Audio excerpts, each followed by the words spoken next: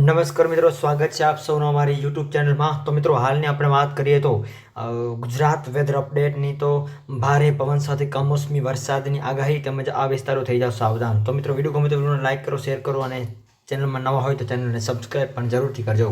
તો મિત્રો, હાલની આપણે વાત કરીએ તો ગુજરાત વેધર અપડેટની વાત કરીએ તો પશ્ચિમી વિક્ષોભ સક્રિય થતાં અલગ અલગ ભાગોની અંદર અને દેશના અલગ અલગ રાજ્યોની અંદર વરસાદની ચેતવણી આપવામાં આવી રહી છે, જેની અસરના ભાગરૂપે મિત્રો 18 માર્ચ આસપાસ ઓરેન્જ એલર્ટ પણ આપવામાં આવશે। તેમજ રાજસ્થાન, મધ્યપ્રદેશ, હિમાચલ પ્રદેશ વગેરે વિસ્તારોની અંદર મિત્રો વરસાદની શક્યતાઓ વ્યક્ત કરવામાં આવી રહી છે। આ ઉપરાંત પશ્ચિમી વિક્ષોભ વેસ્ટર્ન ડિસ્ટર્બન્સ સક્રિય થવાને કારણે ઉત્તર ભારતના હવામાનમાં પલટો જોવા મળશે। તેમજ માર્ચ મહિનાના અંતિમ દિવસોની આપણે વાત કરીએ તો ફરી વખત ગરમીમાં વધારો જોવા મળે એવું હાલ અનુમાન લગાવવામાં આવી રહ્યું છે।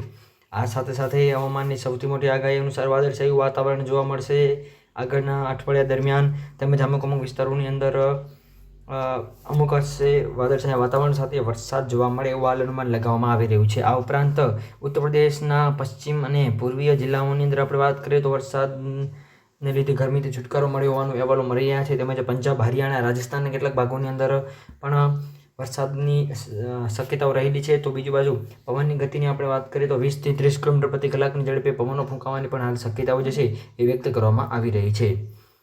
આ સાથે સાથે અમુક ભાગોની અંદર અને આ સપ્તાહની વાત કરીએ તો હવામાન અને આબોહવાની અંદર પરિવર્તન જોવા મળશે। તેમજ પશ્ચિમ બંગાળ, ઓડિશા, બિહાર, મધ્યપ્રદેશના અલગ અલગ ભાગોની અંદર અમુક અંશે ભારે પવન ફૂંકાવાની સાથે સાથે અમુક અંશે કમોસમી વરસાદ જોવા મળશે। તો મિત્રો, વિડીયો ગમે તો વિડીયોને લાઇક કરો, શેર કરો, કોમેન્ટ કરો અને ચેનલમાં નવા હોય તો ચેનલને સબસ્ક્રાઈબ પણ જરૂરથી કરજો।